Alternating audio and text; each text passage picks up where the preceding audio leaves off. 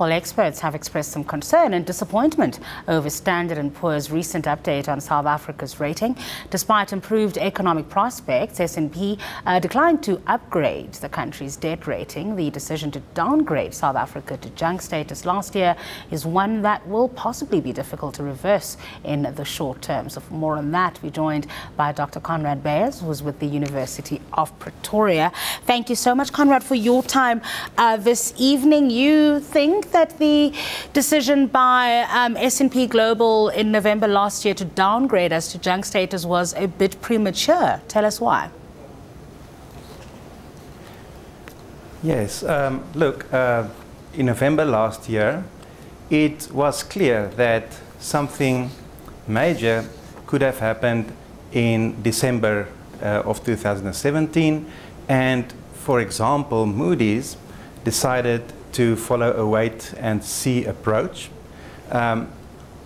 Standard & Poor's decided to downgrade South Africa to, let's say, full junk status and had a really negative outlook for South Africa.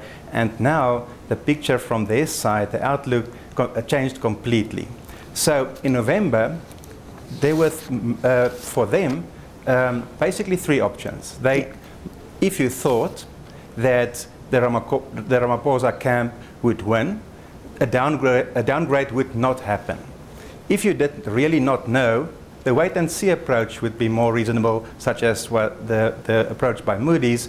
But if you expected that the Ramaphosa camp would lose, a downgrade would be reasonable. So it appears, it cannot be said for sure, but it appears that Standard & Poor's expected Ramaphosa loss in the December elective conference. They might argue that in addition to the politics, they were also looking at our debts, they were looking at contingent liabilities with our state-owned enterprises, they were looking at our growth outlook at the time, and even with the political changes that we've seen since December, those things sort of remain problematic.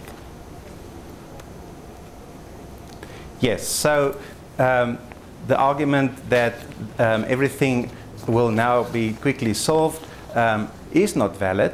The main argument here is that it was clear to any evaluator of South Africa's long-term credit rating, the ability to repay debt in November, that some let us say regime change or structural change could have happened in December, and that can have a significant effect on South Africa's willingness and ability to repay its debt, which is in essence reflected by the credit rating. So the assessment was that if the Ramaphosa camp would win, the expectations would be that at least the situation would not deteriorate further, and downgrade would not be considered seriously. But yes, the challenges do remain, but they did definitely not increase now that we have this new political situation in the country. Well, we know ratings agencies are very proud. They're not going to just very quickly reverse a decision taken just a few short months ago. And on average, most countries that have been downgraded to full junk status have taken about 5 to 7 years to regain their investment grade. How long do you think we might go back? Yes.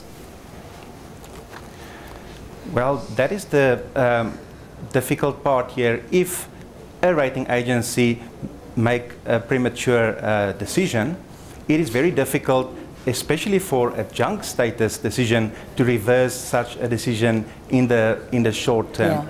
Yeah. If you suddenly reverse such an important decision, it's in a way an acknowledgement that you made a mistake, and that is not a mistake that should be taken lightly. So the expectation is that even though Standard & Poor's might internally think that they do have a positive outlook for South Africa, they might not be in a position or willing to upgrade us very quickly. Yeah. They can do it over an extended period of time by adjusted outlooks for the different kinds of credit ratings, etc. So it is expected that it might take quite a long time for us to from their side be upgraded again. All right. We'll leave it there. Thanks for your time today. That is Dr. Conrad Bears of the University of Pretoria.